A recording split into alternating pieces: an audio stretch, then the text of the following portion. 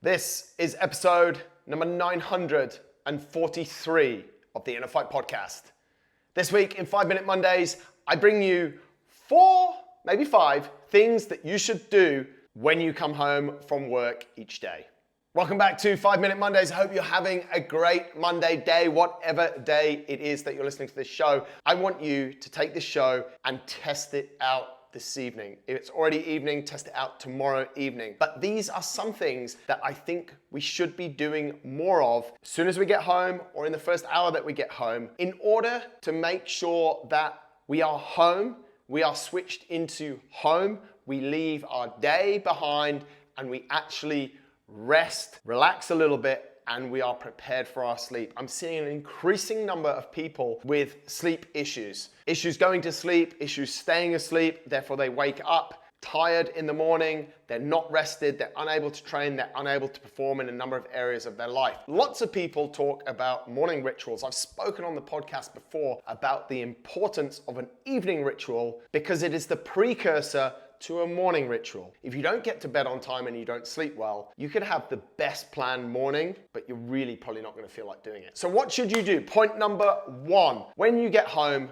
end the day and start your relax time. What I mean by this is don't just continue your day. There needs to be an end point. For some people, it might be an hour after they get home, but there has to be a certain rule in place as to when your work stops. Yes, I know with remote working, sometimes it can be very difficult. We've got laptops, we've got phones, we've got invasion left, right, and center. However, it's important to have a time where you're actually gonna turn off for the day. If you do have some work to do when you get home, and you know it's gonna take half an hour or 45 minutes, you get home at 6:45, laptop away, phone away, and we start to calm down. That's what we need to do. We need to get out of this state of fight or flight and into a bit more of a restful and peaceful state so that we are going to go to sleep. So draw the line in the sand. Give yourself a time. Some days it might be immediately when you come in. Some days it might be half an hour after you get in, where you're actually going to end the workday and start your relax. Figure out what signals that relax time as well. And I'll give you an example. Most days when I come home, I'm thirsty anyway, and I will go and I will make some sparkling water, and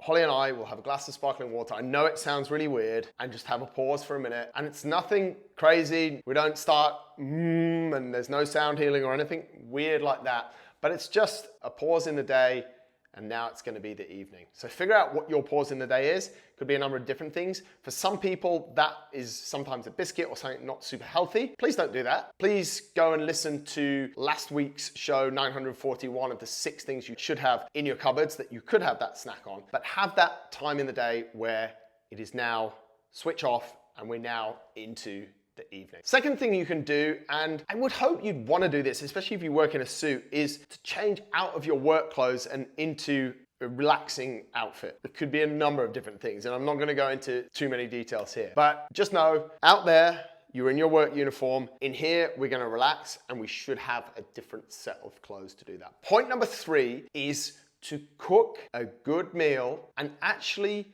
sit and enjoy it, focus on it, and have no distractions. Don't just throw something in the microwave and continue bashing on your laptop. That's not gonna work too well. Again, slow down, pause. If you can sit opposite someone and have a conversation about the day, talk about life, talk about anything, that would be fantastic. Don't put your face in your phone and try and scoop in some food that you've just heated up in the microwave. The act of cooking something and eating it and pausing and slowing down does absolute wonders to bring you into a calmer state. When you finish that, or this could come really in any order, some people like to do this as soon as they get home, but a really powerful tool is a little bit of daily reflection. What went well that day? Now, some people journal and they'll write for 15 to 20 minutes. Some people like to write 2 or 3 lines. Some people, one works for a certain period of time and the other then has to kick in. Do what works for you. If you're struggling, always say to people, keep it super simple. What were the 3 best things that happened today? It could be 1 word or 1 small sentence.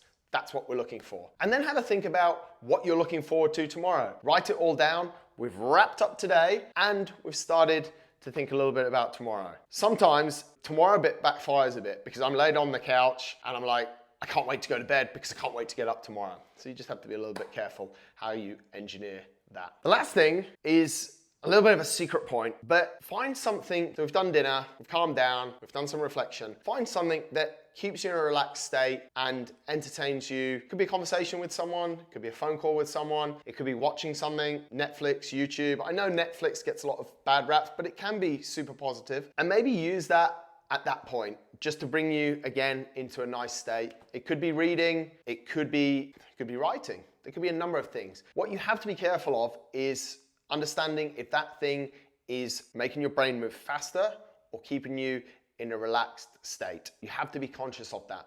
Some people watching stuff becomes addictive and then they stay up a lot later. If that's happening and you're not getting to bed on time, then obviously you're ruining your evening routine. But it's super important, there's 4 or 5 points there. It's super important that if you are struggling to sleep and therefore you are not waking up feeling refreshed, revitalized and ready to go again and get into your morning routine, it's super important that we look at what we're doing when we get home.